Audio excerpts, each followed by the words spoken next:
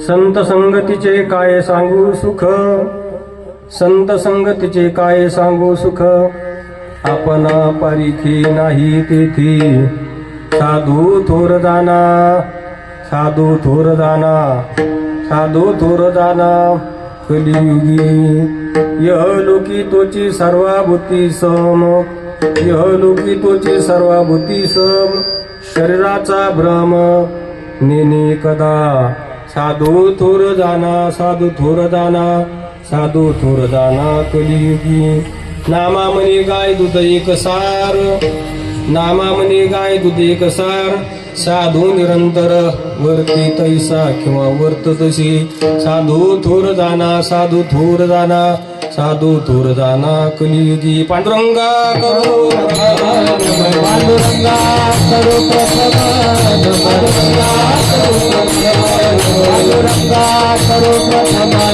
नमन,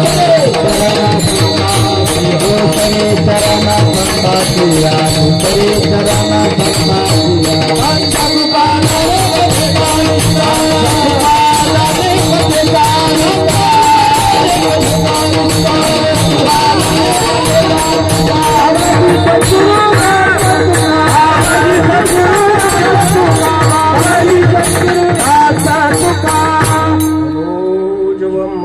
तुल्य वेगम जितेंद्रिय बुद्धिमता वरिष्ठम, पातात्मजं वानरयूत मुख्यम, श्रीरामदूतं शरणं प्रपद्ये, नमो ज्ञानेश्वर नमो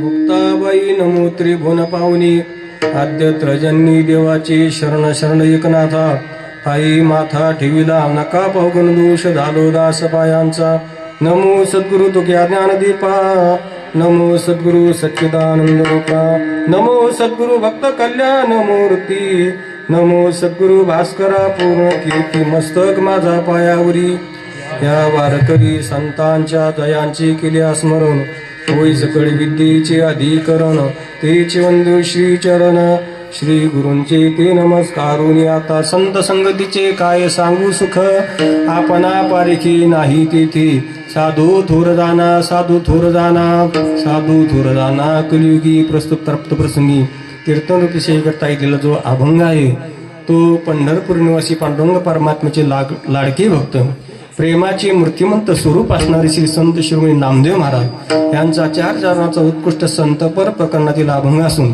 या अभंगातून नामदेव महाराज साधूचं संतांचं श्रेष्ठत्व सांगतात. विडावलं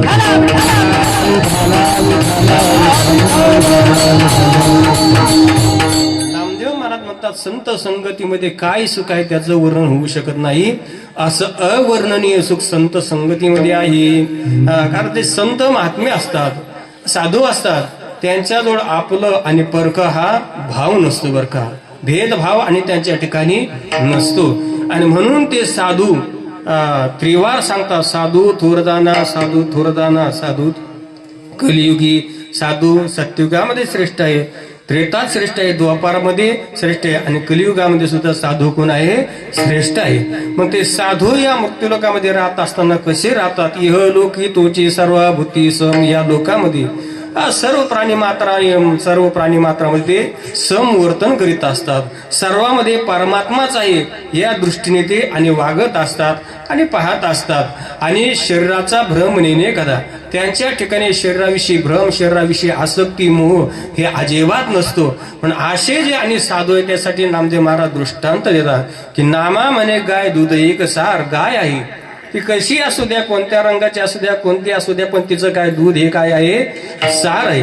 तसं संत महात्मे या जगामध्ये राहताना सार रूपाने वर्तन करीत असतात. या जगामध्ये जग नाही तर एक परमात्मा चौकडे नटलेला आहे, या पद्धतीने ते राहत असतात. आणि म्हणून असे साधू महात्मे, संत महात्मे अतिशय थोर आहे, श्रेष्ठ आहे, असा अभंगाचा शब्दशः अर्थ. विठ्ठल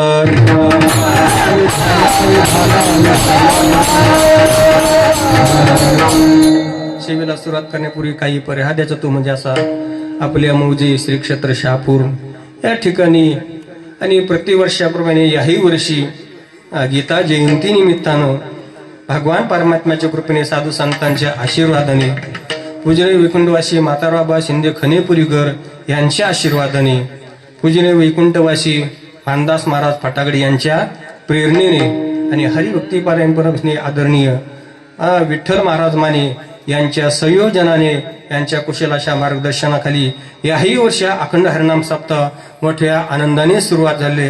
अर्थात वर्ष 47 आहे की नाही? 47 वर्ष आणि कार्यक्रमाचं चालू आहे. आणि त्यातील 1 दिवसाची सेवा महाराजांनी माझ्याकडे दिलेली आहे.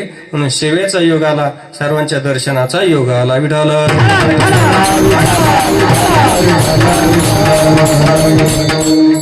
सेवेसाठी सुंदर प्रकारचे आमच्या धाकलगावचं माऊली साऊंड सिस्टीम आहे. त्याच्यानंतर आणि मृदंग विशारद आमचे हरिभक्ती पारायण परमस्नेह गोपाल महाराज बोडके तेही आणि त्यात उपस्थित आहे.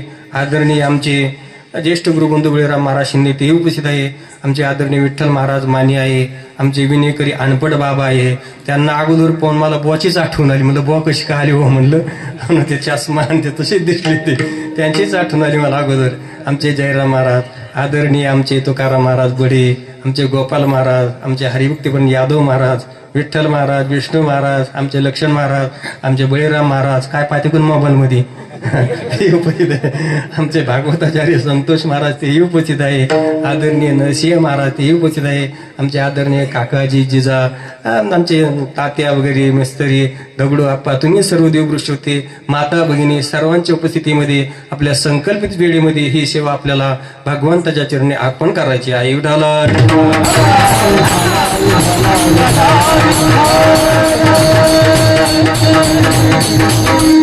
संगतीची काय सांगू सुख, आपणा पारिखी नाही तिथे. हो, सुंदर असा आणि योग आहे की आपले, मी नेहमी सांगतो, आपल्या गावामध्ये गीता जयंती साजरी होती इकडं, आणि त्या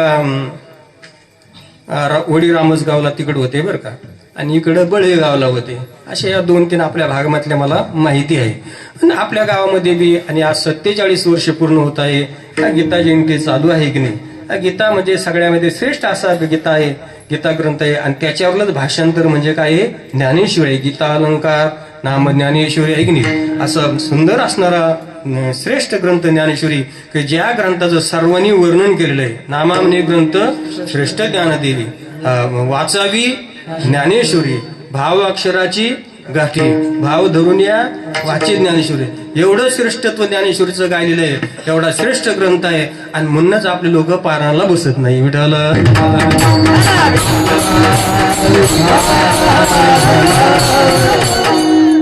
काही ठिकाणी पारायणाला बसतो. एको दिवस सर्व भूतेश गुडा, असं एक लागत बस, दुसरं कोणी नाही. आधी आमच्या अनाठाई लोकांचा किती काही वेळ जातो बरं का, पण पारायण म्हणलं की लोकांना जमत. आता शहरामध्ये सुशिक्षित लोक 4 ते 6-7 पारायण करून ड्युटीला जातात बरं का. 4ला पारण सुरुवात होतं, मग 3ला उठतात आणि 7 पर्यंत पारण करतात आणि ड्युटीला जातात. आपल्या लोकांना काही ड्युट्या 10पर्यंत काही ड्युट्या नसतात, आपल्याला असतात पण ते कोणत्या लोकांच्या टावळ्या करायच्या, याच्याशिवाय दुसऱ्या कोणत्या लोकांना ड्युट्या नाही. पण एवढं आणि त्या ठिकाणी संतांनी आणि कष्ट सहन करून हे वाङ्मय आपल्यासाठी निर्माण करून ठेवलेले. लोपले ज्ञान जगी हित नियनती गुणी, ते लोपलेलं ज्ञान संतांनी आपल्यासाठी प्रगट केलेलं आहे.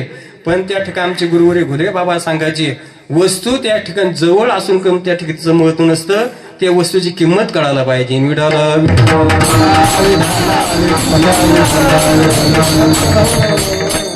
काही महिलांनी महाराज काम करून 108 पारायण केले बरं का या ग्रंथाचे. आणि आपले लोक पारायणाला बसत नाही. ज्या ग्रंथावर आणि पाश्चिमात्य लोकांनी PhD केलेले आहे, अनेक भाषेमध्ये याचं ट्रान्सलेशन झालेलं आहे, असा मोठा असणारा एवढा मोठा ग्रंथ. आपण आपली अवस्था अशी पाही पा दूध पवित्र आणि गुण पाशी तुचीच्या पत्राड असं आपली त्या ठिकाणी अवस्था आहे. म्हणून ग्रंथाचं पारायण आपल्या जीवनामध्ये व्हायला पाहिजे. वर्षातून एक वेळेला होईना या ग्रंथाचं पारायण व्हायलाच पाहिजे. पण लोक करत नाही. म्हणून असं श्रेष्ठ असणारे ज्ञानेश्वरी ग्रंथाचं पारायण, ग्रंथराज ज्ञानेश्वरी. मी तर असं म्हणतो, स्वामी विवेकानंद जर ज्ञानेश्वरी वाचली असती त्यांनी गीता बरोबर नेलीच नसती, त्यांनी ज्ञानेश्वरीच बरोबर नेली असती. विठ्ठल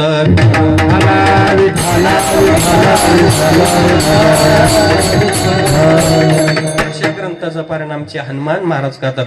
ध्वजस्तंभावरी वानर मूर्तिमंत शंकर असे आमचे हनुमान महाराज पारायण करतात. सेवेचं फळ मिळतात महाराज बरं का. करील ते काय नो हे महाराज परिप आहे बीज शुद्ध अंगी. माऊलीची कृपा होतेच. एक निष्ठेने फक्त पारायण करा, कारण जो जे वांचिल तो ते लावो प्राणी जात. आणि हे म्हणे श्री विश्वेश्वराव हा होईल दहन पसंत, तसं निवृत्तनाथ महाराजांनी आशीर्वाद दिलेला आहे. म्हणून असा ग्रंथाचं पारायण ते करतात.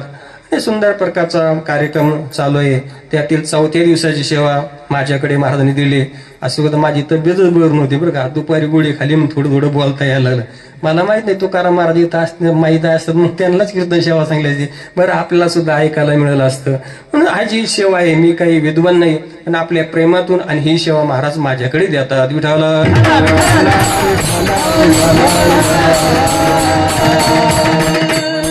चांगला योग आहे.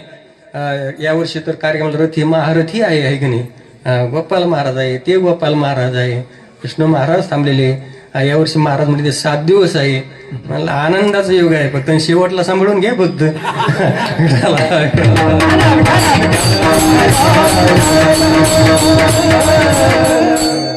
असा योग आहे, भगवंताची कृपा आहे. तर हे माणसं काही मिळणं सोपी गोष्ट आहे का? नाही. असे माणसं हो पण ती मिळाले. आपल्या गावाचा योग आहे. नामदेव महाराजांचा अभंग आहे. मी नेहमी सांगत असतो, मार्गशीर्ष महिना भगवंताची विभूती आहे. आपल्याला काही आणि आता सांगायची गरज नाही. नामदेव महाराज म्हणतात, आणि संत महात्मे श्रेष्ठ आहे. संत संगतीमध्ये काय सुख आहे हे नामदेव महाराज आपल्याला या ठिकाणी सांगतात. संगत फार महत्वाची आहे महाराज बरं का. मी नेहमी सांगत असतो की जीवनामध्ये काही गोष्टी अनावश्यक आहे, काही गोष्टी आवश्यक आहे आणि काही गोष्टी अत्यावश्यक आहे बरं का. अनावश्यक गोष्टी कोणती आहे? तिचा जीवनाशी काही संबंध नाही. तो संबंध आपण लावून घेतलेला आहे. वास्तविक पाहता त्या गोष्टीचा आपल्या जीवनाचा काही संबंध नाही. मग अनावश्यक आपल्या जीवनातली गोष्ट कोणती? तर ते म्हणजे व्यसन. व्यसन एक आहे, अनावश्यक आहे. जीवनामध्ये व्यसनाची काही गरजच आहे का? गरज नाही. व्यसन असावं. शास्त्रकार सांगतात व्यसनाने संती बहुनी. अनेक व्यसन आहेत. त्याच्यामध्ये द्वयमेव व्यसनम केवलम 2च व्यसन खरे आहे. कोणते? विद्या व्यसनम व्यसनम अथवा हरिपाद सेवनम व्यसनम. एकतर माणसाचं विद्यार्जनाचं माणसाला व्यसन असं. म्हणून आमचे गुरुवर भुले बाबा सांगायचे, जीवनामध्ये काय दररोज एक श्लोक म्हणा किंवा एक ओवी म्हणा किंवा एखादा अभंग म्हणा पाठ केल्याशिवाय राहू नये असं ते म्हणायचे. ते म्हणायचे पूज्य मामासाहेब असे लोक मोठमोठे लोक म्हणायचे की माणसाने मरेपर्यंत विद्यार्थीच राहावं. विठाला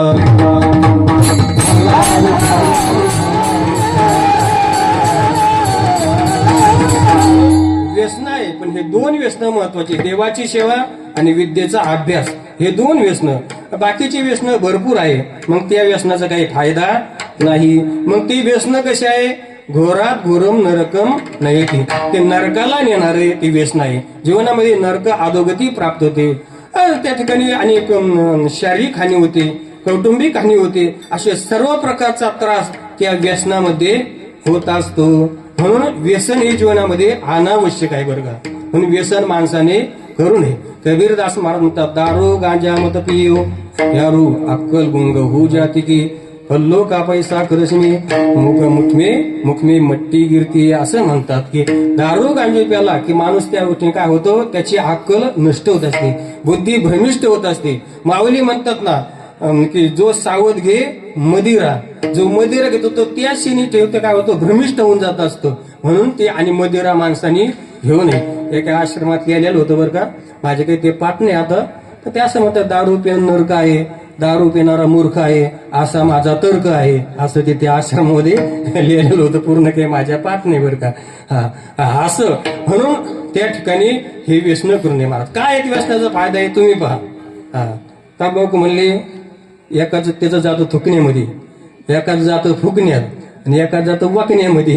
काय अर्थ आहे त्याचा, आहे की नाही. तंबाखू खाणारे थुकतात, बिड्या पिणारे फुकतात, आणि दारू पिणारे वागतात. काय फायदा आहे की त्याच्यामध्ये, काहीच फायदा. पण तुम्ही साधं उदाहरण पार काही तुम्ही विचार करत नाही महाराज. एक पुडी तंबाखूची 7 रुपयाला आहे असं म्हणतात बरं का. 10ला मग 10ला तुम्हाला कशी काय माहिती बाबा. नाही ऐकून विठाला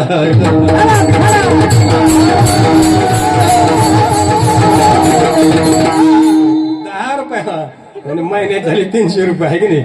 आणि वर्षात झाले 32-36, आणि 400 रुपयाचा चुना धरा.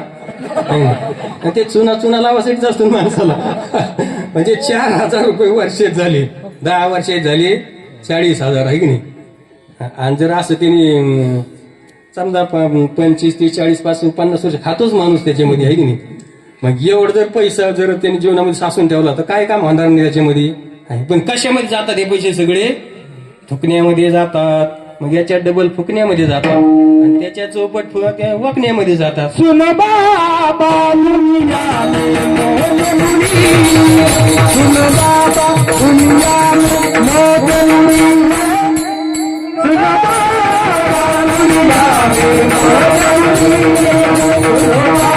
दुनिया में मौजूद है, फिर आवे फेरी है, फिर आवे फेरी है, सुन बाबा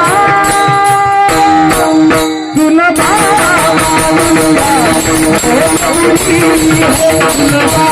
दुनिया में जरूरी है, सुन बाबा दुनिया में जरूरी है, दुनिया में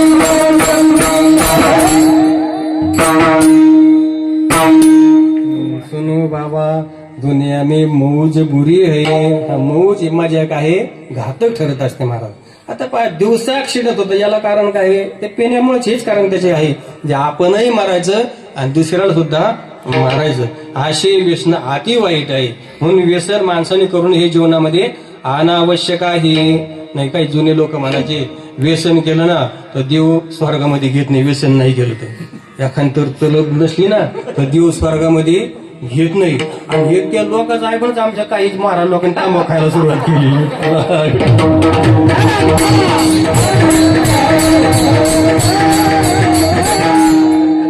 देव स्वर्गामध्ये घेत नाही, मग करा सुरुवात आपलं.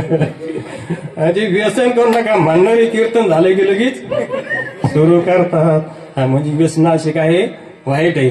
म्हणून माणसाने जीवनामध्ये की काही व्यसन करू नये, व्यसन करणं फार वाईट आहे. बरं जे व्यसन करतात महाराज माणसं, ते पहा तुम्ही असे असतात ना. आता ते बिडी पिणारे माणसं, त्यांच्या लोकांना त्रास होतो बिडी पिणाऱ्याचा. आता प्रत्येकाकडे मोटरसायकली म्हणा, गाड्या आहे, त्याच्यामुळे काय नाही. पण एसटीचा प्रवास असा त्यातल्या शेवटची गाडी असावी महाराज. मग त्या शेवटच्या गाडीमध्ये सगळे पिणारे हेच असतात. आणि मग ते बिड्या पिणारे काही सोयीनं बिड्या पित नाही, ते बिडी पितात आणि दुसऱ्या तोंडावर धुपण सोडतात, असं करतात. म्हणजे दुसऱ्याला त्रास देतात ते असे. म्हणून हे व्यसन जीवनामध्ये नसताना एक माणूस व्यसन का सिगारेट पेत असा प्यायचा आणि वर धुपण सोडायचा. म्हणलं का हो तुम्ही सिगारेट पेता वर धुपण सोडता. म्हणले ते म्हणले महाराज तुम्हाला तुमच्या महाराजला कधी कळत नाही, त्याच्यामुळे आपला महाराष्ट्र मागं राहायला म्हणले. तुम्ही तर पुढे घेऊन जा म्हणलं. काय कारण आहे त्याच्यामध्ये. ते म्हणजे महाराज धुपण वर सोडलं का तर त्या धुपणाचं बाष्पीभवन तयार होतं आणि पाऊस पडतो म्हणलं आपण सगळे मिळून तेच कार्यक्रम करू म्हणलं नका का ओढणं म्हणजे फुकीचं फुकतं धुपण आहे की नाही असे काही लोक म्हणजे लोकांना म्हणजे एवढे आणि व्यसनापायी माणसाचा जीव जरी जाण्याचा पाळी आली मारायची जरी पाळी आली तर माणसं मारायला तयार होतात पण व्यसन सोडायला तयार होत नाही म्हणून व्यसन काय फायदा व्यसनामध्ये काहीच नाही फायदा महाराज व्यसन नसलं माणूस जगत नाही असं आहे का आणि तसं जर असलं व्यसनाशिवाय माणूस जगणारच नाही तर त्याने आमचाच नंबर पहिला लागला असता त्याच्यामध्ये मग पण व्यसनाचा आणि आपल्या जीवनाचा काही संबंध नाही काही लोक म्हणले नाही व्यसन नाही केलं की आम्हाला काम सुधरत नाही असं म्हणतात असं काही आहे का मग आमच्या डोक्यात काहीच राहिलं नसतं मग याचा जी लागलेली सवय आहे ती सवयीमुळे तसं होतं अनेकाला अनेक व्यसनामुळं त्यांना कोणाला काही असं असतं ते म्हणून व्यसन हे जीवनामध्ये अनावश्यक आहे व्यसन करणं फायदेच नाही व्यसनाने अनेकाच्या जीवनामध्ये नुकसान झालेले अनेकाचे संसार उघड्यावर आहे महाराज असे काही कीर्तनकार सांगतात दारू विकणाऱ्यांनी बंगले बांधले आणि पिणाराच्या बंगले विकले गेले असं येऊन त्या परिस्थिती निर्माण झाली कशामुळं केवळ आणि व्यसनामुळं बरं का विठाल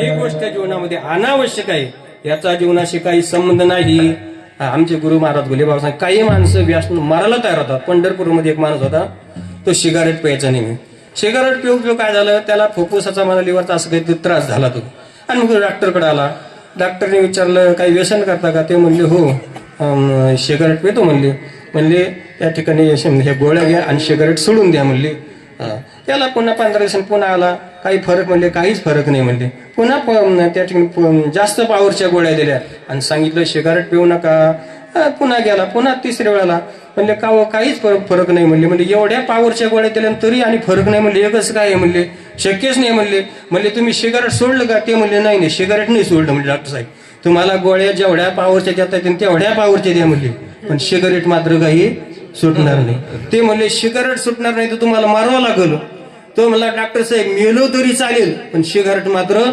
सोडणार निष्ठावंत भाव याला निष्ठा म्हणतात महाराज देह जाऊ अथवा राहू पण व्यसन मात्र सोडणार नाही म्हणजे ह्या गोष्टी आहे जीवनाशी अनावश्यक आहे याचा काही जीवनाशी संबंध आहे का काहीच संबंध म्हणजे अनावश्यक आहे काही गोष्टी आवश्यक आहे बरं का जीवनामध्ये त्या सर्वांसाठी आवश्यक आहे कोणत्या महाराज म्हणतात निर्वाहापुरती अन्नाच्छादन निर्वाहापुरती अन्न आच्छादन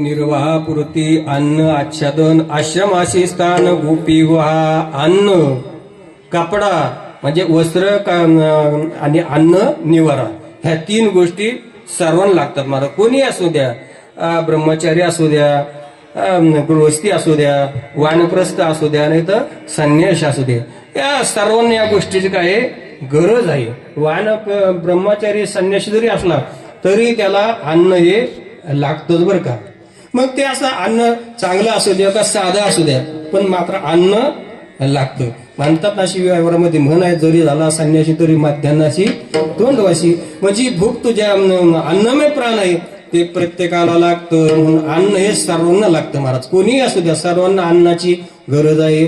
आता काही काही महात्मे आहे बाबा, ते 14, 15, 15, 20 वर्ष झाले त्यांनी काहीच खाल्लेलं नाही, काही पिले सुद्धा नाही. आता ते मोबाईलवर दादा गुरु म्हणत असतात, ते फक्त नर्मदा मातेचे पाणी पितात बरं का. किती 2-3 वर्ष झाले आणि चांगले पाळतात, ते तब्येत चांगली आहे. आणि दुसरे एक साधू आहे गुजरातमध्ये कुठं, ते तर ते 20-22 वर्ष झाले, काही खातं नाही, काही पितं नाही, नुसते एका जागेवर बसून आहे फक्त. विढाल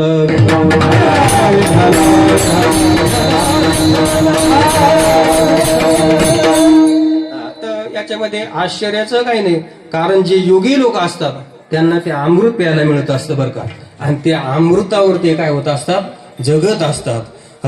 म्हणून ह्या 3 गोष्टी, अन्न सर्वांना लागतं, वस्त्र सर्वांना लागतं. वस्त्र कोणीही असू द्या, संन्यासी जरी असला तिकडं नागा खड्यामध्ये राहायला तो भाग वेगळा, पण समाजामध्ये राहायचं म्हणलं तर वस्त्र हे लागतं. मग ते हलकं असू द्या किंवा भारी असू द्या, कसं का असणार, दोन्ही भारी असलं आणि हलकं जरी असलं तरी ते काय करतात, शरीर झाकाचंच काम करत नव्हतं. याच्या पलीकडे काही करतात ते काही नाही. भारी वस्त्र याच्या करता ते असं घालायचं की लोकांना दिसल्या पाहिजे आम्ही चांगले आहे बाबा तुमच्यापेक्षा, याच्यासाठी ते भारी वस्त्र घालायचं. पण भारी घाला का हलकं घाला, त्याचं काम एकच आहे, ते फक्त लज्जा रक्षण करणं. विढल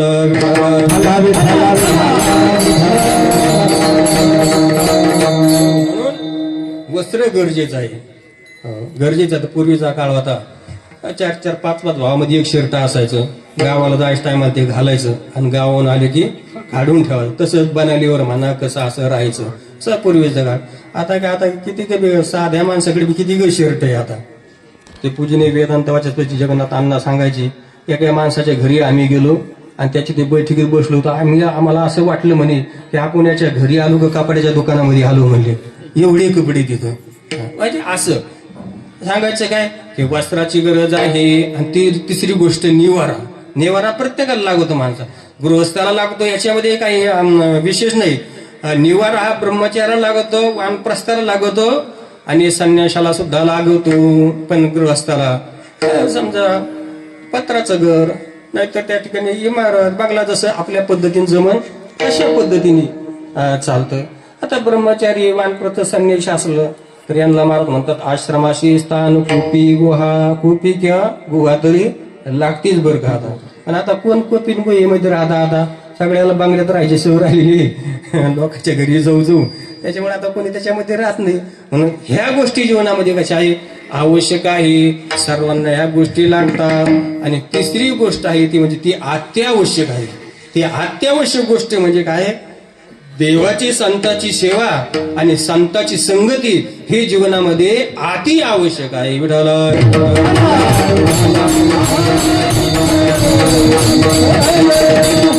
संताची जीवनाची संगत जीवनामध्ये अति आवश्यक आहे. देवाची सेवा जीवनामध्ये आवश्यक आहे, संताची सेवा जीवनामध्ये आवश्यक आहे. संताची संगती, देव जो कळतो माणसाला तर ते देव दिसणं वेगळं आणि देव कळणं वेगळं. तर देव हा संतांच्या संगतीने कळत असतो, देव संतांच्या कृपेने कळत असतो. म्हणून संतांची संगती जीवनामध्ये अति आवश्यक आहे. माणसाचं जे जीवन आहे महाराज, संतांची संगती काय तर असं म्हणलेलं, सत्संगेनं परम प्राप्य दुस्तरम तरते चिरात तस्मात अति प्रयत्नाने सत्संगम सततम कुरु. हो, सत्संगेनं संतांच्या संगतीने परम प्राप्य श्रेष्ठ असणारा परमात्मा, त्या परमात्म्याची काय होत असते, प्राप्ती होत असते. संतांच्या संगतीने परमात्म्याची प्राप्ती होते. आणि म्हणून माणसाने जीवनामध्ये अति प्रयत्न करावे आणि संत संगत करण्याचं काय करायला पाहिजे आणि प्रयत्न करायला पाहिजे. काही जरी झालं तरी जीवनामध्ये संत संगती होणं अति गरजेचं. स्वामी विवेकानंद म्हणतात, मला जर कितीही लांब जर जायचं प्रसंग आला तर मी जाईल, पण जर तिथं मला काही चांगलं मिळत असेल तर कितीही लांब असून द्या, मी तिथं गेल्याशिवाय राहणार नाही. मिळालं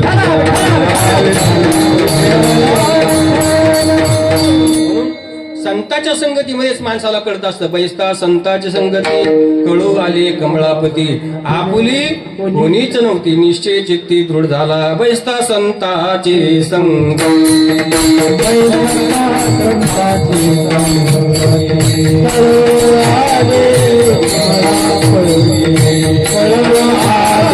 कमळापती, आपले कोणी शरण भक्ती आपले कोणी शरण भक्ती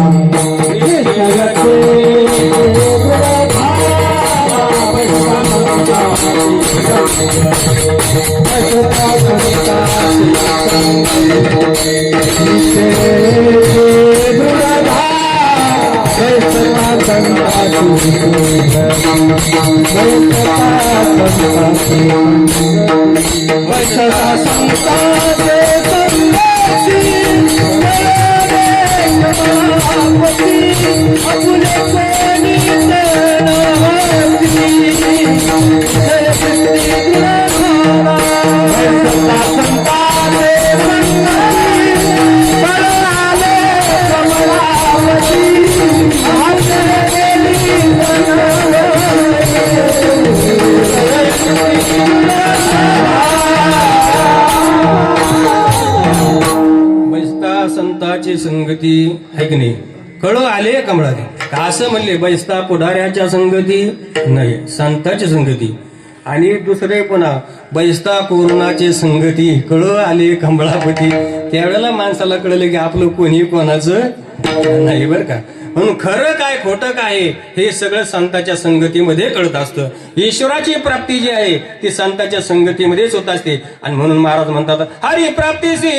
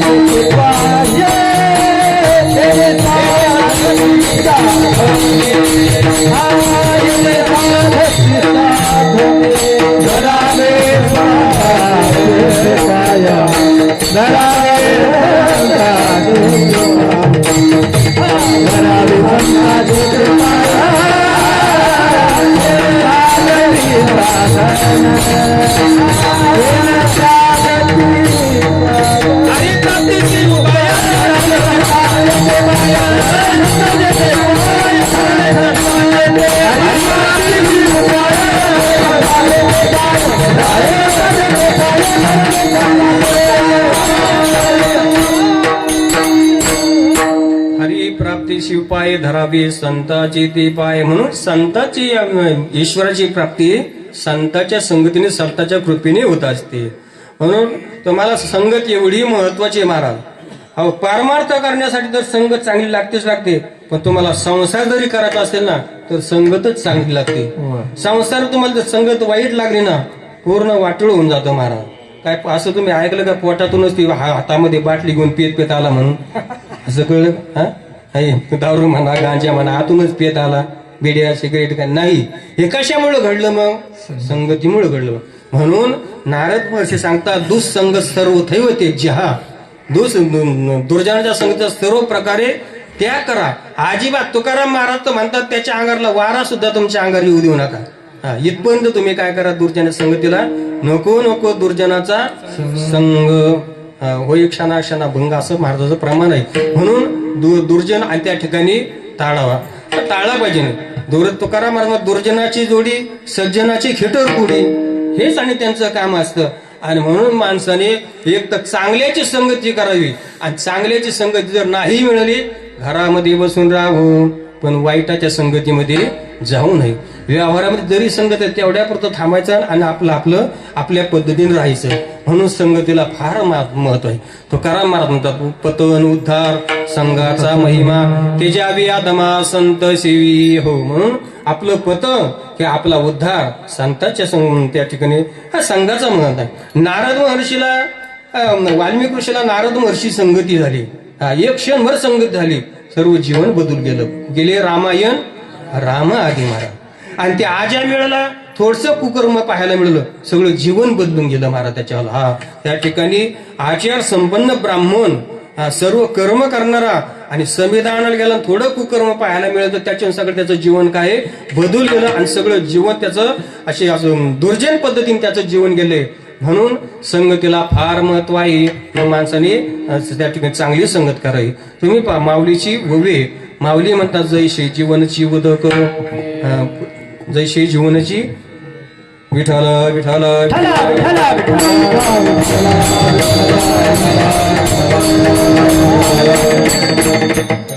हा जैसे जीवनाची उदक परी विषय होई मारक, का मिर्या माझी तिक उसी गुड. पाणी आपल्याला तहान लागली, आपण पाणी पिलो आपला प्राण वाचतो.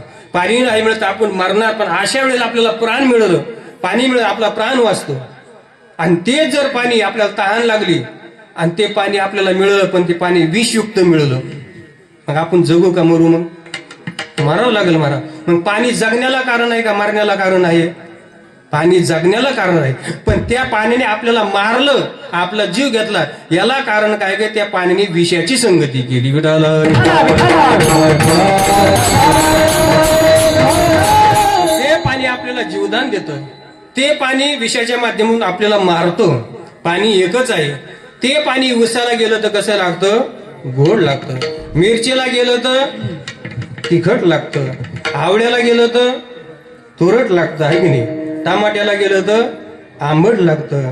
आणि त्या बाटलीमध्ये गेलं तर मग तर सांगताच येत नाही कसं लागतं, आहे की नाही? मग पाणी एकच आहे, पाणी एकच आहे. मग असा त्या ठिकाणी खरट आंबट, आपलं तिखट गोड कडू तुरट असा भेद का? तर हा त्या ठिकाणी ते पाण्याचं नाही, त्याच्यामध्ये काही नाही, तर हा संगतीचा परिणाम आहे. त्या पाण्याने जशी जशी संगत गेली तशा तसा त्याच्यामध्ये काय झालेलं आहे? बदल झालेला आहे. तसा माणूस जशी जशी संगती करील तसं तसं माणसाचं जीवन घडत असतं. चांगल्याच्या संगतीत राहिला, आमच्या संग एखादा कोणी माणूस आला, तो माळकरीच असणार तर लोक त्याच्या पाय पडतात, आहे की नाही? हा, चांगल्या संगती गेला. आणि एखादा महाराज 5 मिनिटं जरी दारू पिणाऱ्याच्या संगतीमध्ये गेला तर चालता चालता लोक म्हणते महाराज बिघडला काय बाबा, ह्याच्या संगतीत गेला, आहे की नाही? कशाचा परिणाम? हा संगतीचा परिणाम आहे.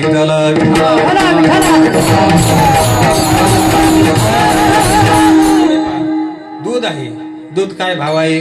40 रुपये लिटर दर, आहे की नाही? खरं तर 40 रुपये लिटर दर. आणि पाणी काय भाव आहे?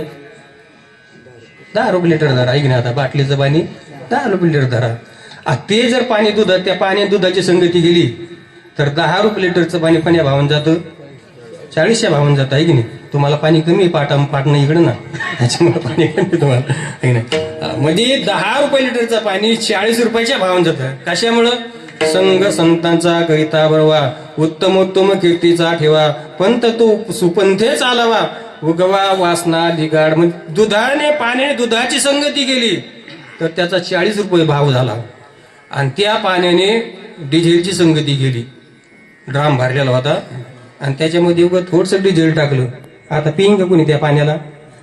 प्यायचं नाही, पण गुळणं सुद्धा करायचं नाही. कशामुळं? ते पाणी नाही का? ते पाणीचे, पण त्या पाण्याने कोणा संगती केली? डिझेलची संगती केली. मग ते पाणी प्यायचे ते काय, पण ते गुळणा करायच्या लायकीत सुद्धा राहिलेलं नाही. कशाचा परिणाम? संगतीचा परिणाम. माणसं म्हणतात चांगला माणूस होता, हो देव माणूस होता, पण आमक्याच्या संगतीत गेला आणि त्याच्या सगळ्या जीवनाचा सत्यानाश झाला. कशामुळे झाला? संगतीने झाला हा सत्यानाश. तुम्ही पहा, दूध आहे, दूध आहे आणि साखर आहे. त्या दुधाने काय केलं? साखरेची संगती केली. कसं लागतं ते? पायपा दूध पवित्र आणि गोड, अगोदर गोड आहे आणि त्याच्यामध्ये साखर पडली, पुन्हा आधी चांगलं, पुन्हा केशर टाकलं, इलायची टाकली, खोबरं टाकलं, मग तर पाहायचं कामच नाही राहिलं, आहे की नाही? संगती चांगल्या चांगल्या. पण त्या दुधाने जर मिठाची संगती गेली, बरं 5 लिटर दुधामध्ये 5 लिटरच मीठ टाकायला 5 किलोच मीठ टाकावं लागतं का? एक खडा कामाचा झाला, आहे की नाही? तसं दुष्टाच्या संगतीला एक क्षण सुद्धा भरपूर होतो. किंवा दुष्टाची एखादी त्या ठिकाणी युक्ती सुद्धा आपल्या आणि पतनाला कारण ठरत असते. आणि संत महात्म्याचं सांगणं आहे की तुम्ही दुर्जनाची संगती करू नका. तुकाराम महाराज म्हणतात, वढाळाची संगती सात्विक नासली, क्षणिक नाडली समागमी. वढाळ गाय आणि सात्विक गाय, धर्मदेव नाथ महाराज सुद्धा त्याची भागवतामध्ये उभी आहे. वढाळ गाय, हिला काही बंधनच नाही महाराज. कोणाच्या घासात जायचं, कोणाचा घास खायचा, कोणाचा कदूळ खायचा, कोणाची मका खायची. बरं ती काय बुडापासून खात होती का? नुसती शेंडे हाणायची. ती बोलून चालून कशी होती? वादळच आहे. आणि मग आता कोणाचा चांगला चांगला माल आणायचा, मग ती खराब होईल का सुधरण, मग ती जाम झाली चांगली. आणि मग काय ते एक असं ते 7-8 दिवस झाले त्या मालकाचा घास मग काही खाणं चालू होतं. तेवढ्यामध्ये ही वडाळ काय ब्राह्मणाची गाय दिली कोणतरी, आणि ते आपले राहायचे. आता 12 वाजेपर्यंत त्यांचं नित्य चालायचा. 12 नंतर तिला थोडंफार सोडायचं आणि संध्याकाळी इकडे थोडी चिपट टाकून द्यायची. ती खराब झाली बिचारी, खायलाच नाही, खराब झाली. ही वडाळ काय त्याच्याकडे गेली, म्हणले का ग तुलाच खराब झाली म्हणले. मी पाय म्हणले काटा टोचला लगेच रक्त निघत म्हणले माझ्या आलं, आणि तुला काय रक्त तपासायची वेळ आली तर रक्त निघायच नाही म्हणले. एवढी तू खराब झाली म्हणले. म्हणले तुला काय खात कशाचं, म्हणले आमच्या मालकाच्या देवाचं 12 वाजेपर्यंत नित्य निमत चालतो म्हणले. मग जेवण तिथून पुढे वाम कुक्षी आणि मग सोडी ते मला थोडंसं इकडं तिकडं म्हणले, आणि थोडी शिपाट टाकली झालं. मग खराब नाही व्हायचे तर काय होईल म्हणले. म्हणले असं का, म्हणले तू चल माझ्या संग, चल म्हणले माझ्या संग. ते म्हणले मी कसं काय, म्हणले तू चल म्हणले तुला काय करायचं, जसं भगवान म्हणतात याल तरी अरे लागी तसं ती म्हणतो माझ्या मागायचं तुला पोटभर देते म्हणलं. गेली मग ती म्हणले तोड दाव. आता तिनं हिसके मारले त्याच्यातून दाव तुटत होई. ती नाही ती म्हणली तुला काही नाही, मग तिने एक हिसका मारला ना शेंगाचा, लगे दाव तुटलं. आणि चल म्हणले माझ्या माग. पुढे गेली त्याचा शोधित मार्ग, चालली तिच्या माग गेल्यानंतर मार. ती म्हणली मार उडी इथून. ती म्हणली बाई मी कुपटीत पडेन म्हणली, ते तिकडं खाणं लांब राहीन आणि येतच पडून कुपटीमध्ये. म्हणली मला वाट असली तरी येते म्हणली. मग तिला माहित होतं सगळं. तिनं त्या वाटाने तिला नेलं, आणि वाटाने नेल्यानंतर म्हणले खाय आता घास. म्हणजे आता हिरवागार घास होता महाराज देऊ, हिरवागार घास देऊ. त्या घास खायला तर हिला काय याचा अभ्यास होता, कारण अभ्यास होतो का म्हणे याचा दररोजचा अभ्यास होता. एक घास खायचं वर पाहायचं, एक घास खायचं वर पाहायचं. पण हिनाजीच महाराज त्या ठिकाणी खाली मान घातली रे घातली, परत माघारी म्हणजे वर पाहतच नाही ती. आणि ती फक्त शेंडे खायची. ही बुडापासून खायला लागली. आणि तेवढ्यामध्ये मालक आला महाराज, आणि मालकाने पाहिलं, आणि हिना मालकाला पाहिलं. हिना लगेच सांगितलं मालकाला चल, मालकाला चल. आता ही खाण्याच्या नादामध्ये गुंतली, हिरव्या चारी भांबावी पशु गुंतली त्याच्यामध्ये. हिना कोपट्यान उडी मारली, निघून गेली, आणि खायच्याच नादामध्ये. आणि मग जेव्हा मालक एवढं लाकूड घेतलं आणि जेव्हा 1-2 टाकली तेव्हा ही मध्ये काय झालं कोण आता, मग काय झालं मागं पाहिली.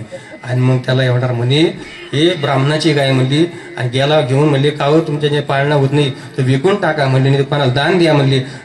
आमचं 15-8 दिवस झाले म्हणले हे सगळं घास ऊस मका तुमची गाय खाते म्हणले. ते म्हणले नाही हो येतच होती आमची गाय म्हणली, आमची गाय कुठं जातच नाही म्हणले. आजच कशी काय गेली कोण म्हणले, नाही तर गाय कुठं जात नाही कुणत्याशिवाय म्हणले. आज कशी काय गेली म्हणले काय माहिती म्हणली. पण म्हणले आता एवढ्या बरं माफ करा म्हणले. ठीक आहे. मग त्या ब्राह्मणाने काय केलं, तिच्या गळ्यामध्ये लोणं बांधलं बरं का. काय लोणं बांधला. तिला मोकळं चालणं जड होतं. आता लोणं घेऊन फिरायला लागलं त्यांना. क्षणासाठी लोणणं आहे निरंतर, कायमस्वरूपीला लोणं वागावं लागलं. कशामुळं, वडाळाच्या संगती सात्विक नसली, तिच्या गळ्यामध्ये लोणं पडलं महाराज. कशामुळं, संगतीमुळं. तसा माणूस चांगला असला आणि थोडस जरी संगतीने काहीतरी झालं तर लोक त्याच्या पूर्ण आयुष्याला पाहत नाही, त्याचं नेमकं चुकलं कुठं एवढंच लोक ध्यानात ठेवतात. कावळे ढोपरा बस, कावळे ढोपर पाहत असतात, बाकीचं पाहत नाही. तसे त्याचं जीवन पूर्ण कसं आहे, थोडं जरी चुकलं तर लोक त्या चुकीकडेच लक्ष देत असतात. आणि म्हणून संत म्हणतात की बाबांनो तुम्ही तशा माणसाच्या संगतीमध्ये जाऊच नका, संताच्या संगतीमध्ये राहा. कारण संत संगतीचा संतांनी अनेक ठिकाणी आग्रह केलेला आहे. संत संग धरा तुम्ही हरी भजन करा असं, किंवा संगत सज्जन की करली जन्म का सार्थक कची कुरली, किंवा दिवशी चित्ती आज संत म्हणतात त्याची घडावी संगती. संतांनी सुद्धा संतांच्या संगतीचीच अपेक्षा केली आहे. संत समागम एखादी परी, संत समागम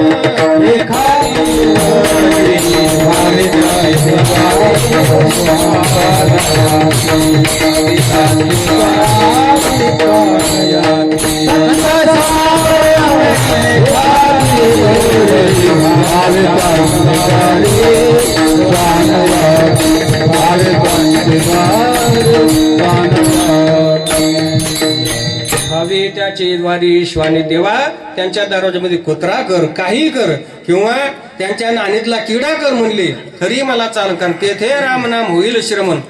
कोण्या का पद्धतीने होईना पण संतांची संगती व्हावी. अखंड जया तुझी प्रीती मदती तयाची संगती, त्यांची क्षणभर का होईना माणसाला संतांची संगती घडावी. म्हणून साधू संतांनी स्वतःच्या जीवनामध्ये संतांची संगती केली. तुम्हाला सुद्धा संतांची संगती करा असा आग्रह केलाय. मग नामदेव महाराज सुद्धा सांगायचे संतांची संगती करा.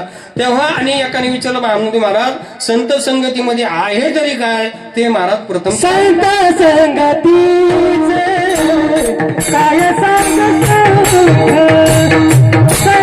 संगतीचे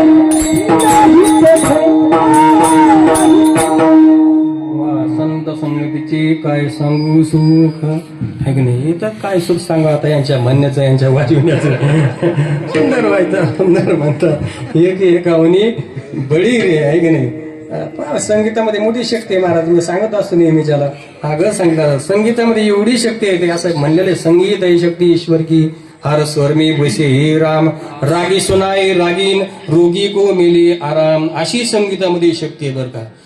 ज्याला कळतं त्याला तर आनंदच आहे पण ज्याला कळत नाही त्याला सुद्धा ते ऐकल्यावर आनंद होतो. रोगी माणसाला सुद्धा आनंद होतो एवढी त्या संगीतामध्ये शक्ती आहे. फक्त अडचण एकच आहे महाराज काय त्याला ऐकायला यायला पाहिजे बरं का. तेवढीच अडचण ऐकायला नाही मोठ्या गंधर्व जरी आणून बसलेत काही उपयोग आहे का काही उपयोग नाही. उडाला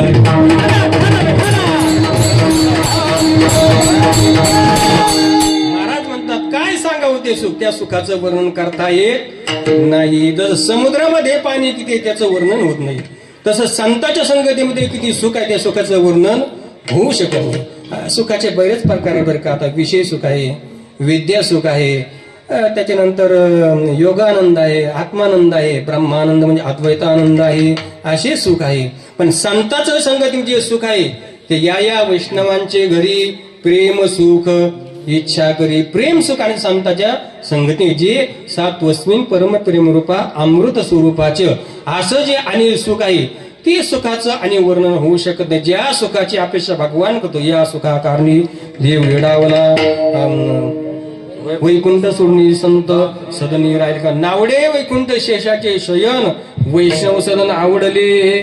त्या देवाला लक्ष्मी काही आवडत नाही सगळे सोडून भगवान परमात्मा संतांच्या संगतीमध्ये देव म्हणजे माझी येते पुरतसे कोड माझी जी इच्छा आहे ती इथंच पूर्ण होते. नामा म्हणे देवा चला तया ठाया विश्रांती घ्यावा या कल्पवा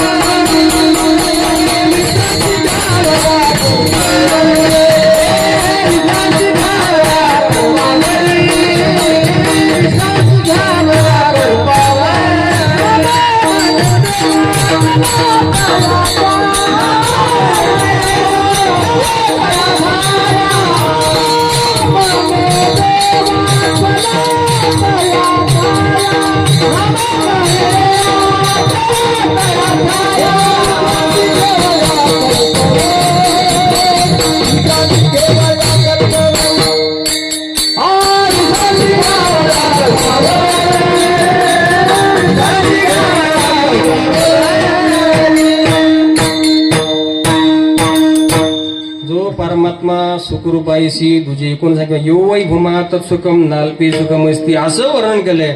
आणि तो परमात्मा म्हणतो नामदेवराया विश्रांतीची गरज आहे. नामदेव महाराज म्हणतात चला आळंदीला चला, म्हणजे आळंदी हे गाव पुण्यभूमी टाव तिथं चला म्हणजे विश्रांती घ्यायला. सर्व सुखाची लहरी ज्ञानाबाई अलंकापुरी. म्हणजे असं जे आणि प्रेम सुख आहे ते वैष्णवच्या संगती ते प्राप्त होत असतं, इतरत्र ते प्राप्त होत नाही. वैकुंठामध्ये सुद्धा ते सुख नाही. म्हणून तर संत म्हणतात नको वैकुंठीचा वास, किंवा वैकुंठाशी आम्हा नको धाडू हरी वास दे पंढरी सर्व काळ. हा वैकुंठ जाऊन काय बाय करावे, उगाची बसावे मैन्य रूप. वैकुंठ जुनाट कोपट जुनाच झोपडी, नको वाडाडी घालू आम्हा नामा म्हणे आम्ही पायरीची चिरी. वरी संत हिरी पाय देती बास. आम्हाला इथं संताचं सुख मिळतं. त्या सुखाचा आता विषय सुखी कसं आहे त्याच्यामध्ये, आणि ते हजारो दुःखाने व्याप्त आहे. त्याच्यानंतर त्याच्यामध्ये ताप दुःख संसार दुःख गुरु तीव्रत आहे. जे विषयामध्ये सुख आहे ते आणि विषयातला आहे का परमात्म्याचं आहे, असा भरपूर त्याच्यामध्ये भाग आहे. आपल्याला एवढा विषय चिंतन करायचं नाही, आणि मला बी जास्त येत नाही बरं का. हा पण नामदेव महाराज इथं संत संगतीच्या सुखाचं वर्णन करतात. आता संताचं असा आहे भाव हा आहे अनुभवे आले अंगात ते या जगा देत असे. तुमचं आमचं कसं आहे, आपण त्या ठिकाणी ऐकून सांगे किंवा पाठ करून सांगे, पण संताचं तसं नाही. तुका मानेचा कुणी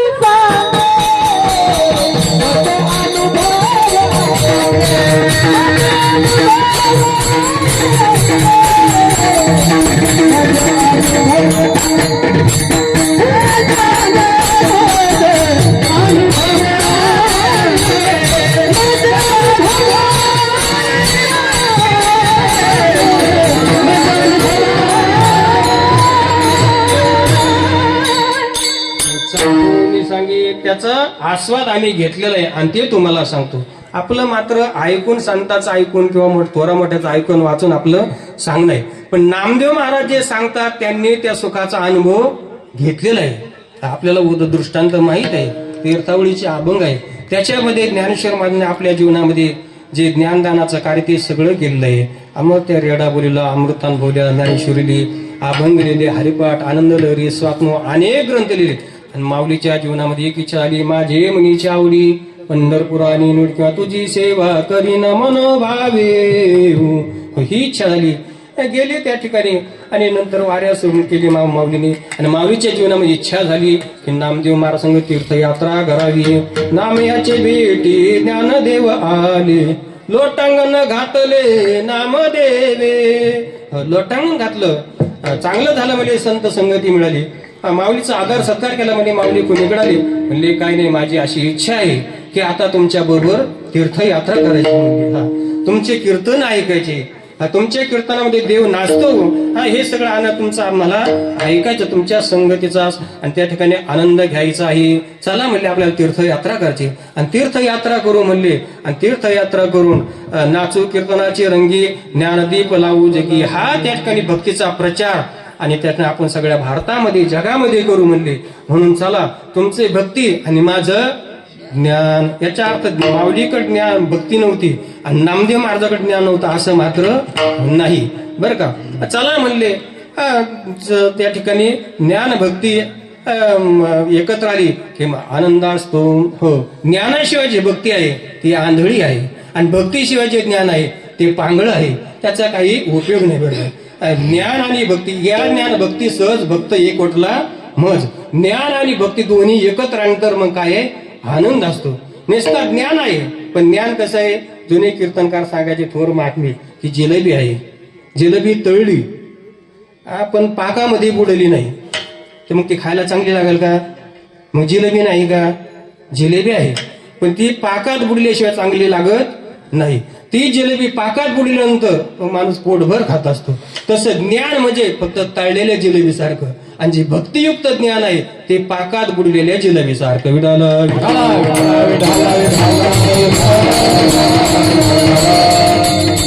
संत महात्मा भक्ती प्रेमावीन ज्ञान नको देवा किंवा नको ब्रह्मज्ञान आत्मस्थिती भाव मी भक्त तू देव आईशी गरी. म्हणून ज्ञान आणि भक्ती एकत्र यायला पाहिजे अशी माऊलीची इच्छा.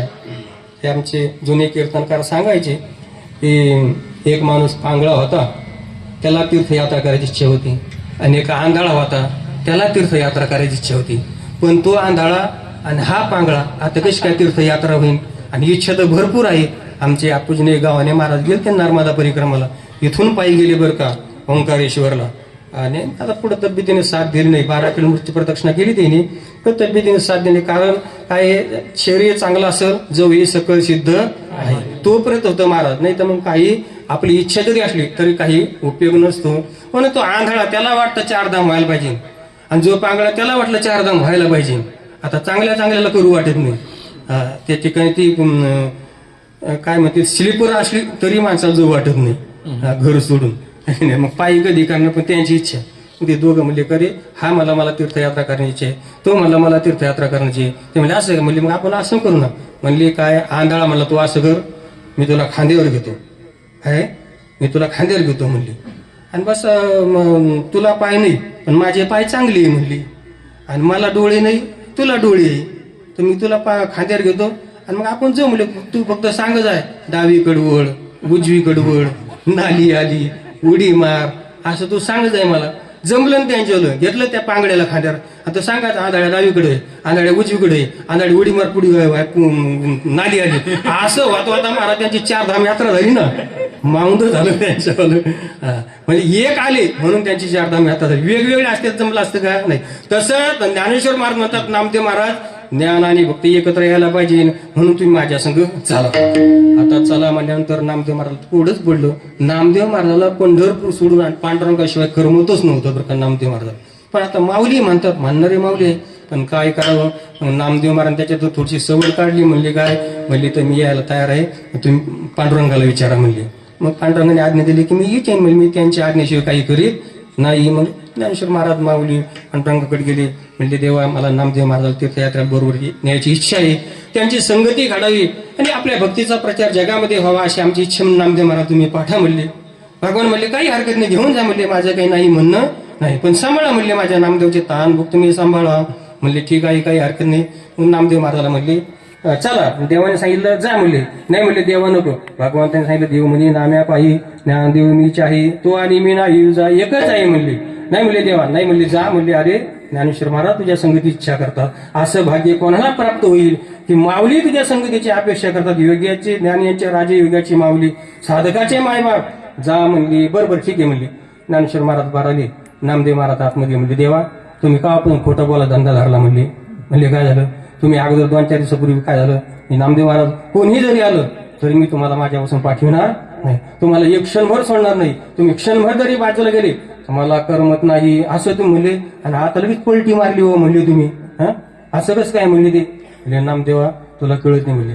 अरे वस्तू मागायला कोण आलं त्याच्यावर अवलंबून असतं. एखादा सामान्य माणूस आला म्हणले आमची वस्तू ते म्हणजे आमच्यावर नाही, मोठा माणूस आला म्हणजे ती वस्तू म्हणले घेऊन जा म्हणले, काही हरकत नाही असं आहे म्हणले. तसं सांगतात. ती एक मुलगी आणि ती मुलगी आणि लग्न झालं, पहिली दिवाळी आणि घरच्यांनी सगळ्यांनी ठरलं की पहिलं लक्ष्मीपूजन आहे. आपली सूनबाई आणि मग तिकडे माहेरला पाठायची नाही, इथेच ठेवायची म्हणली. बरं सगळ्याच्या समते सासरा सासू तिचे भाई वगैरे सगळ्याचं. आणि एक शिक्का मतदान पडलं, कुणीकडेच फुटलं नाही बरं का, पैसे घेऊन फुटलं नाही आणि कसंच फुटलं नाही, एक शिक्का फुटलं की असं कोणीही जिच्याकून नाही. आणि मग ते झालं ठरलं सगळं असं. पण तिचा योग महाराज चांगला. तिचे जे मामा होते ते सुप्रीम कोर्टामध्ये जड्जी होते, न्यायाधीश.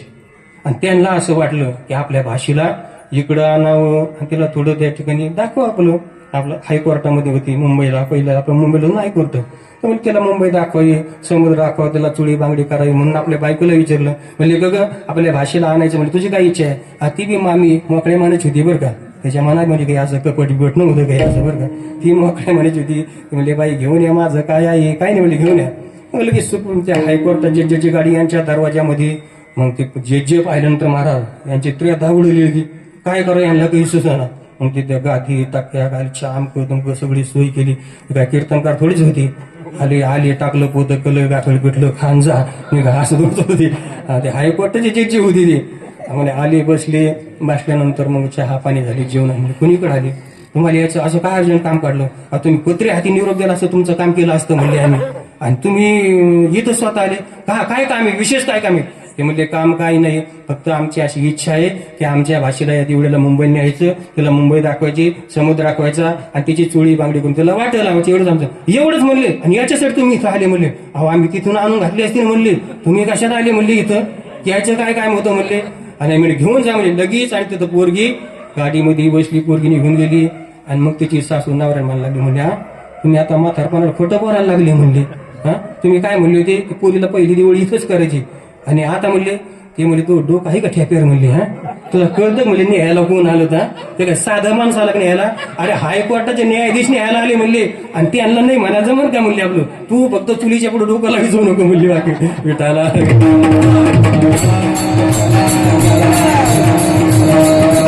भगवान म्हणतात नामदेव महाराज, तुमची या संगतीची अपेक्षा सामान्य माणूस करीत नाही तर ज्ञानेश्वर महाराज करतात. देव म्हणते रुक्मिणी हा एकच योगी देखील नाही, ती त्यांच्या तुमच्या संगतीची अपेक्षा करतात. म्हणजे ठीक आहे, काही हरकत नाही, जाऊ. पण म्हणले देवा माझं एक त्या ठिकाणी माझी आट आहे. म्हणले काय आट आहे.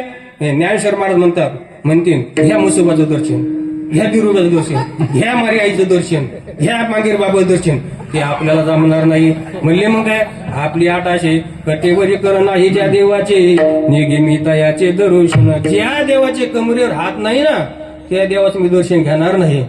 भगवान म्हणतात माऊली मान्य का. माऊली म्हणले मान्य. येऊ द्या तर म्हणले. मग मी हळूहळू बरोबर सुईला लावितो त्याला. बरोबर अगोदर संगतीमध्ये येऊ द्या म्हणले. संगत अगोदर एक घोट, मग डोळे झाकीतो, नाही तसंच होत असतं 2 घोट, मग 3 घोट, मग पेता लगी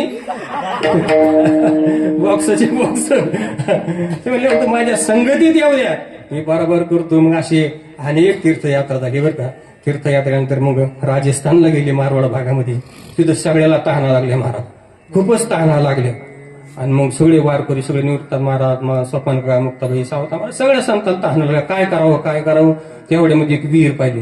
ती विहीर 7 पुरस होती. पण आता पाणी कशाने काढावं, पाणी काढावं तिथं काहीच नाही. म्हणले काय करू. ज्ञानेश्वर महाराज योगी होती है की नाही, योग्याला सगळं काही करते. ज्ञानेश्वर महाराजने बारीक ग्रुप घेतलं, गेले पाणी पिले. आणि नामदेव महाराज म्हणले घ्या. नामदेव महाराज प्या पाणी, प्या पाणी, प्या पाणी. पण ते योगी होते ते.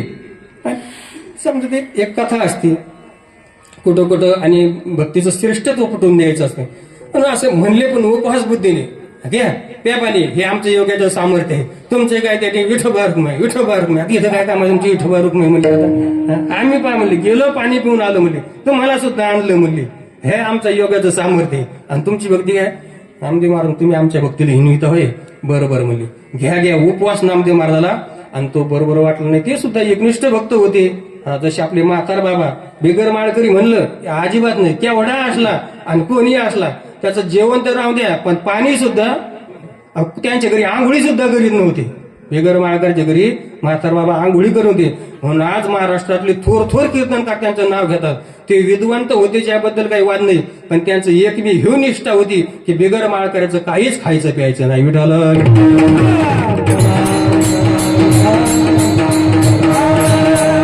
महाराष्ट्रातल्या प्रसिद्ध कीर्तनकारांनी आज त्यांचं या बाबतीमध्ये नाव घ्यावं. त्याचं कारण काय जीवनभर त्यांनी सांभाळलेलं आहे. नामदेव महाराज ते पटलं नाही घ्या पाणी, घ्या पाणी. जसं एखाद्याच्या घरी महाराजांनी जावं 2-4 महाराजांनी सप्त्याला आल्या, श्रीमंताचे पंगत असेल, त्यांनी चांगले पंचपाक्वान्न करावे आणि मग त्यांनी बसावं वर इकडं आणि म्हणे घ्या महाराज, घ्या महाराज. महाराज दामाने जेवा, महाराज सावकाश जेवा, तुमचे पाय आमच्या घराला लागले, भाग्य आमचं, काहीतरी पूर्वजन्माचं पुण्य. महाराज दामान जेवा बरं का, गुलाबजाम घ्या, जिलेबी घ्या, ज्याला जे आवडेल ते घ्या, पोटभर खा बरं का महाराज, पोटभर खा. आमच्या गरीबाची चटणी भाकर गोड करून घ्या. घ्या महाराज घ्या. यांना वाटलं चांगला माणूस आहे बरं का. हे बी पाहिल्या जेवढं खायच्या जास्त खायला लागले. आणि मग शेवटलं तर म्हणजे महाराज घ्या घ्या घ्या घ्या, तुमच्या बापाला तरी कुठं मिळणार आहे म्हणले. असं एवढं चान्स आहे म्हणले तुम्हाला. आता त्याला काही उपयोग राहिला का, अर्थ राहिला का नाही. तसं घ्या घ्या घ्या. नामदेव महाराजला पटलं नाही. मग नामदेव महाराज धावा केला. पांडुरंगे येऊ पांडुरंगे, जीवाचे जीव लगे येऊ पांडुरंगे, पांडुरंगे येऊ पांडुरंगे. देवा धाव. तिकडे देवाला करमण्याचं झालं. डावा डोळालवी उजवी सुरशी बाहू. रुक्मिणी काहीतरी संकट आलं वाटतं मला. असं काय होतं तुमच्या भक्तावर संकट आलं असं. रुक्मिणी माताने पाहिलं म्हणजे नामदेवावर संकट आहे. नामदेवाला तहान लागे, तुम्ही लवकर जा. भगवान परमात्मा आले महाराज. आणि जी 7 परस खाली विहीर होती ना, 7 परस पाणी, ती विहीर असं जसं वड्याला कसं पूर येतो तसं ते भडभड भडभड करीत ती उचमळ ती विहीर वर आली आणि ती 7 परस विहीर अशी वरून वाहू लागली. आज बी त्या विहिरीला तीर्थ तिकडे मानतात, तिथं तीर्थ येतात तिथं आणि 16 होत असतो. मग नामदेव महाराज म्हणले आता प्या पाणी. म्हणजे नामदेव महाराज म्हणले आता सगळ्यांनी पाणी प्या, आंघोळी करा, संध्या करा. माऊली तुम्ही सुद्धा स्नान करा, संध्या करा. पहा म्हणले तुमच्या योगाने तुम्हीच पाणी पिले म्हणले आणि फक्त एकल्याला घेऊन आली ती बी प्या प्या प्या. पण आमची भक्ती पहा म्हणले सगळ्याला पाणी पाहिजे, पोटभर ते प्या, आंघोळी प्या करा, पाणी प्या. हे आमच्या भक्तीचं कसं आहे सामर्थ्य आहे. माऊलीला तिथं भक्तीचं सामर्थ्य प्रगट करायचं होतं म्हणून माऊलीने ही लीला केली. अशा सर्व तीर्थयात्रा झाल्या, मांगलं झालं. आणि नंतर काही संतांनी विचार नामदेव महाराज तुमचा बराच काळ संत संगतीमध्ये गेलेला आहे, तर काय तुमचा अनुभव आहे? तेव्हा नामदेव महाराज म्हणतात संत संगतीची काय सांगू सुख, आपण पारिकी नाही तिथे. असं त्या आनंदाचं जसं नाही आनंदाशी जोडा ते सांगता येत नाही. आणि आपणा पारिकी नाही तिथे तिथं आपलं आणि पारक हा भेदभाव संतांच्या ठिकाणी राहत नाही महाराज. तुमच्या आपल्या ठिकाणी भेदभाव आहे. आपल्याला आपल्याच मुलगा आवडतो, दुसऱ्याचा मुलगा आवडत नाही, भेदभाव आहे. मी नेहमी सांगत असतो नाथ महाराजला मुलगा झाला हरिपंडित आणि मग सगळ्यांनी सोनं नाणं नेलं. एका बाईला वाटलं आपण देखील नाथ महाराजच्या मुलाला काहीतरी न्यावं म्हणून ती आणि बाईने कानातल्या बाळ्या गेल्या आणि घेऊन गेली. नाथ महाराजनं दर्शन घेतलं. नाथ महाराज बाई काय म्हणणं आहे? म्हणले काय नाही महाराज तुमच्या मुलाला हरिपंडिताला सोन्याच्या बाळ्या आणल्या. ते म्हणले असं का? बरोबर. आता तिथे एक हरिजनाचा मुलगा खेळत होता, हरिजनाचा मुलगा खेळत होता. म्हणले बाई म्हणजे कुठे हरिपंडित? म्हणजे तो का आपला हरिपंडित खेळतो म्हणले. म्हणले घाला त्याच्या कानामध्ये. आता त्या मुलाकडे पाहून त्या बाईला संशय आला हा हरिपंडित असा कसा म्हणून. पण म्हणले आता नाथ महाराज तो खोटं थोडंच बोलणार आहे. त्या बाईने काय केलं त्याच्या कानामध्ये बाळ्या घातल्या. याचं कारण काय? आपणा पारिकी तिथे हा भेद होण्या. आता आपल्याकडून होईन का महाराज असं? आपल्या मुलं आपण सोन्याच्या बाळ्या आणल्या तर आपण लोकांच्या मुलाला घालू का? लोकांच्या मुलाला तर घालणार नाही. पण लोकांचा मुलगा आपल्या गल्लीमध्ये कानात बाळ्या घालून आला तर त्या काढून घेतल्याशिवाय त्याच्या बाळ्या म्हणा ओम म्हणा हे आपलं. कारण का? आपल्यामध्ये आपबर भाव आहे. पण संतांच्या ठिकाणी आपबर भाव अजिबात राहिले. तुकाराम महाराज ऊसाची मुळे एक शेतकरी महाराज घेऊन जा पोराला ऊस आणले महाराज. पण प्रत्येक पोरं बाबा मला महाराज मला असं करीत करीत सगळे ऊस वाटले. फक्त एक ऊस घरी आणला आणि तेवढंच पोराला वाटून त्याला काय काय म्हणते जिजाबाईने मारलं. पण ते चुकीचं आहे बरं का. जिजाबाई कशी काय मारीन? ज्या जिजाबाईने एवढी आणि सेवा केली आणि ती जिजाबाई महाराजाला उसाने मारीन, काही चुकीचं बोलतात लोक. विठ्ठल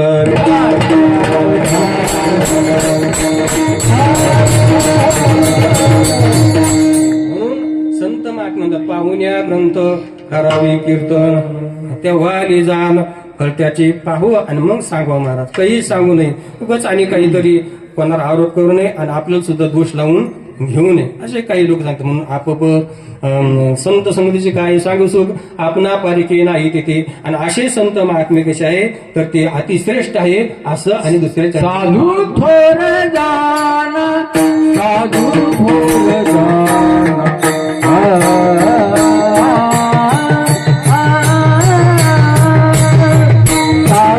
थोर जाना, साधू थोर जाना,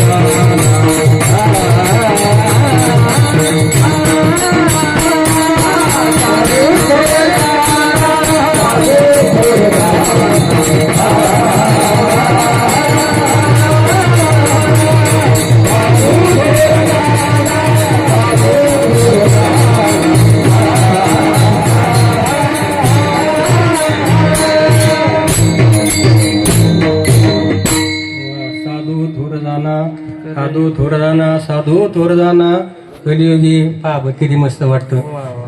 तुम्ही 2 वर्ष नव्हते तर आम्हाला करमत नव्हतं, हारायला सारखं वाटायचं आम्हाला विठाला.